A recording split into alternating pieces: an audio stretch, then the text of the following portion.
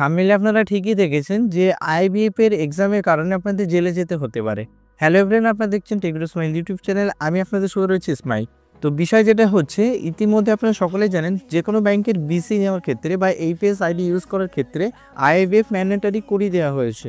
এখন থেকে যদি আপনি আইবিএফ ক্লিয়ার না করতে পারেন বা আইবিএফ সার্টিফিকেট না থাকে, সেক্ষেত্রে আপনি নতুন কোনো বিসি এবং এইপিএস আইডি আপনি নিতে পারবেন না। আইবিএফ এক্সাম দেওয়ার জন্য অনেকের যে সঠিক নিয়ম সেটা না মেনে আপনারা কি করছেন, ভুল পথে আপনারা আইবিএফ দেওয়ার চেষ্টা করছেন। আমি অনেকের কাছেই শুনেছি যে দাদা আইবিএফ এক্সামের জন্য অ্যামাউন্ট দিয়ে কি পাস করা যাবে বা কিভাবে আমরা পাস করতে পারি।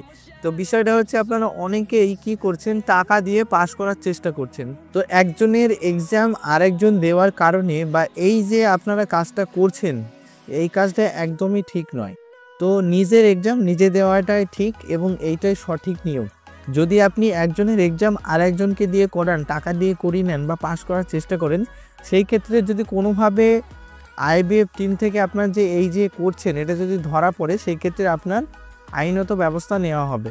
তো এরকম কাজ আপনারা কখনোই করবেন না এবং এই কাজ করার জন্য আপনারা লাইফ টাইমে আপনি জীবনে সিএসপি নাও পেতে পারেন, কারণ টোটালটাই আপনাকে ব্যান করিয়ে দেওয়া হবে। যদি ধরা পড়েন যে এরকম আপনি কাজ করছেন বা করতে চাইছেন, সেই ক্ষেত্রে আপনারা আর দ্বিতীয়বার এক্সাম দিতে পারবেন। তাই সঠিক পদ্ধতিতে আপনারা কি করবেন, সঠিক পদ্ধতিতে যেটা রয়েছে, প্রথমে আপনাদের এই মুহূর্তে আইবিএফ দেওয়ার জন্য আগে কি হতো, আগে ডাইরেক্ট এক্সাম দেওয়া যেত, কিন্তু এখন বর্তমানে আপনাকে একটি ট্রেনিং করতে হবে, যেটা 7 দিনের ট্রেনিং, অ্যাডভান্স কোর্স।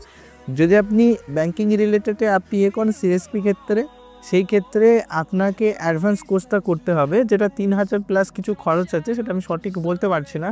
এবং যদি আপনি এইপিএস আইডির জন্য আপনি অ্যাপ্লাই করেন বা ট্রেনিং করতে চান, সেই ক্ষেত্রে 2500 টাকা বা 1800 টাকা এরকম খরচ আছে।